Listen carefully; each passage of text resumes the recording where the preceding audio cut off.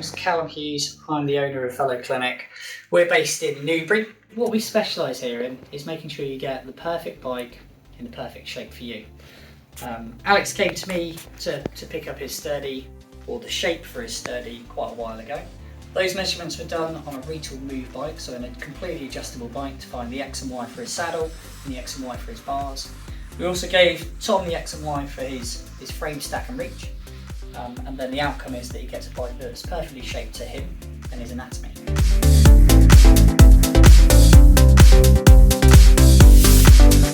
The issues we have is trying to measure the same point on the saddle every time. So if we've got several different bikes with a similar saddle, we want to try and make sure we're measuring from the same point on the saddle. So on this one, it's the 100mm wide. This is a power saddle. So the tool will help us measure to 100mm wide on the saddle. We can then find out what the setback is from that saddle to this point.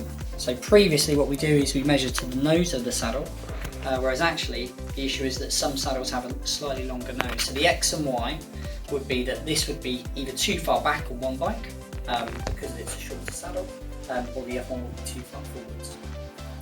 So what we tried to do is get the height of the saddle to this point. There's a few different terms for this point in the saddle, but we'll just call it the centre of the saddle. The aim is, once this position on the saddle, the X and the Y, is set up from your bottom bracket, that we know that your biomechanics for this bike and your setup are going to be similar between all of your bikes.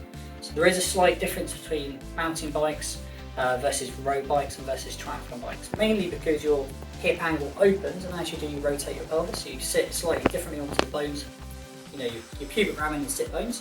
So you sit differently and rotate your pelvis, so there is a slight height difference between a very different style of bike. So between your mountain bikes you might have a similar saddle height, but between your road bike and your mountain bike it will be different. So the next thing, from your X and Y of the saddle, it's very, very clever using the tool, makes it nice and easy, puts in the details of how far it is away from the bottom bracket, how far back. We've got it calculated for you using the angle. The next thing we want to do is make sure your bar set up from the bottom bracket. So what you'll do is, on websites, a lot of websites, unless you're getting a custom bike like this beautiful sturdy, you end up getting stack and reach data, which is how tall from the bottom bracket to your frame is, and then how far forwards from the bottom bracket your reach is. So that's your stack and reach of the bike. What we do, what Darren's done with Ryden bikes, it's really, really good using the app. We get the stack and reach of your bar position, so from your bottom bracket where your bars are in space. So it doesn't matter what bike you're on, we can get the bars in the same position between two different bikes. It's not always perfect in terms of, you don't want it exactly the same on your cyclocross bike versus your road bike, so there will be a difference.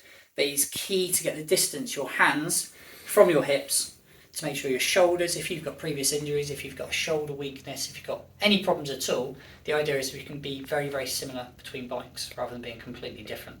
Often we have a road bike, for the summer, and then we've got our winter bike to go out when it's dirty. And if those two bikes are set up completely different, you're going to be using different muscles. So you'll always come back and go, oh, that's my favourite. I prefer that bike. I feel stronger on that bike. I feel faster. I don't feel as much pain. So the idea is that we try to, using this tool, you can get very, very close to the same position between the two bikes.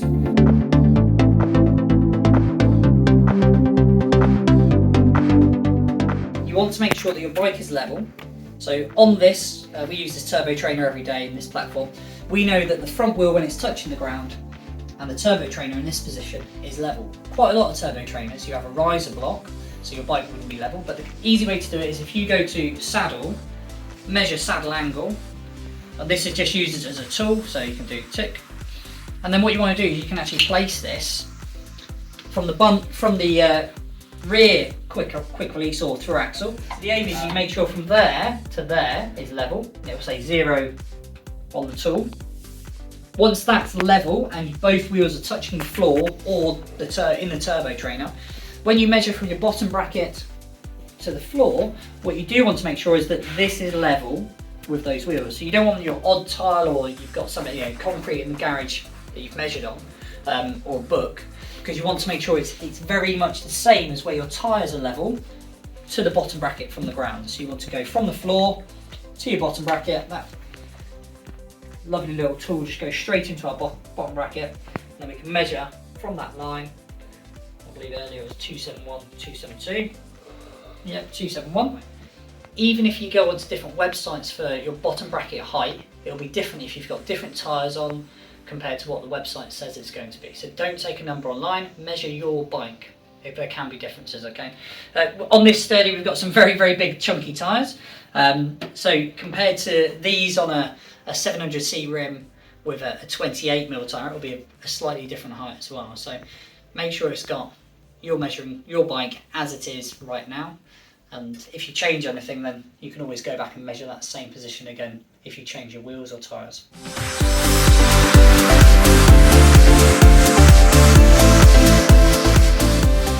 So let's go through measuring saddle height.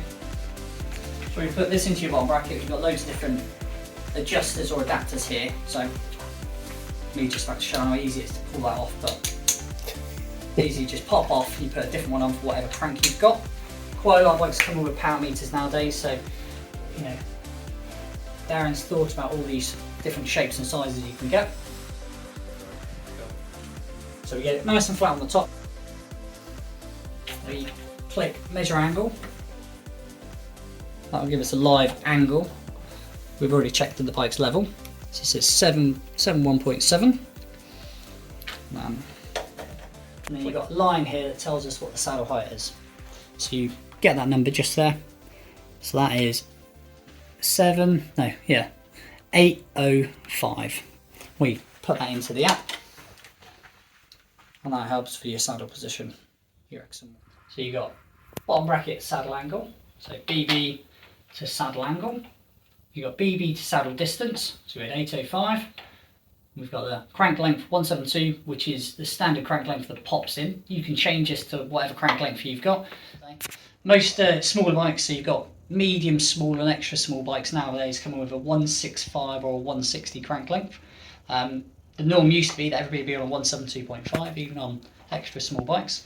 And it makes a huge difference for your hip angle whilst you're cycling, especially for those on smaller bikes. So you can just change that to what it needs to be. Good little algorithm calculates your bottom bracket to saddle angle X and Y, so straight up and how far back. And gives us this landmark versus the bottom bracket. So we can then take that position and set up all the other bikes. And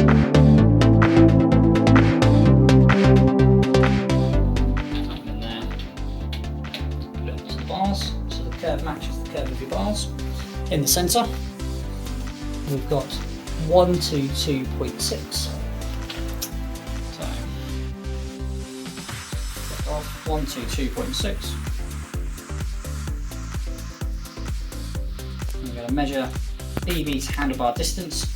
So put it into the same position, put along the curve, in the same place. So it's 808 millimeters. And from that you get the handlebar X.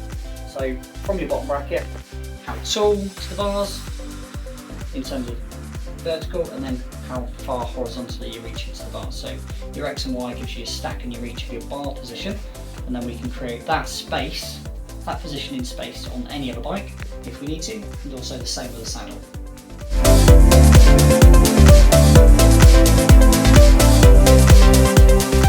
On different bikes you might be in a different hand position, so if you've got different types of bikes, you don't want to try and replicate your road race bike position on your cyclocross bike. It won't be the same.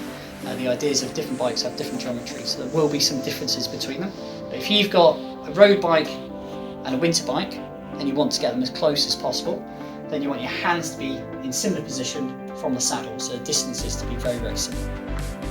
We've got saddle, centre to hand position. So this one, we're going to take off the saddle measuring tool, get to the ALO, up and front.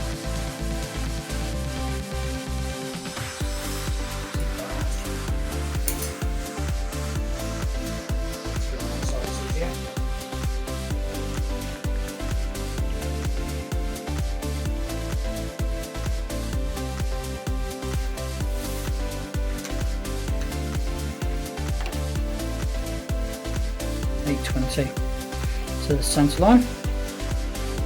Put your hands up on the grip, set it all the way to the ground. 965 millimeters.